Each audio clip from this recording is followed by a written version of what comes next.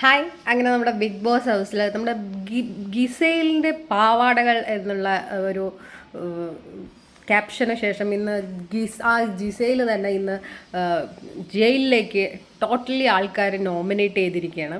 അപ്പോൾ നമുക്ക് കർമ്മ ബൂമറാങ് എന്ന് പറയുന്ന പോലെ കഴിഞ്ഞ തവണ അനുവിനെ എന്ത് കാരണം കൊണ്ടാണോ കള്ളി എന്ന് പറഞ്ഞ് ജയിലിലേക്ക് വിടാനായിട്ട് ജിസൈൽ ശ്രമിച്ചത്, ആ ഒരു കാരണം തന്നെ ഇത്തവണ ടോട്ടൽ വീട്ടിലുള്ളവർ തന്നെ ജിസൈലിനെ ജയിലിലേക്ക് നോമിനേറ്റ് ചെയ്തിരിക്കുകയാണ്.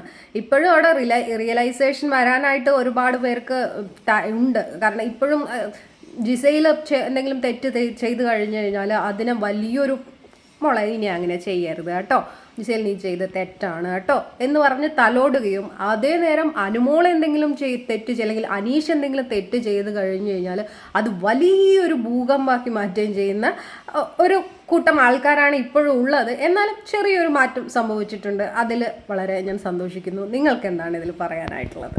കമൻറ്റ് ചെയ്യുക.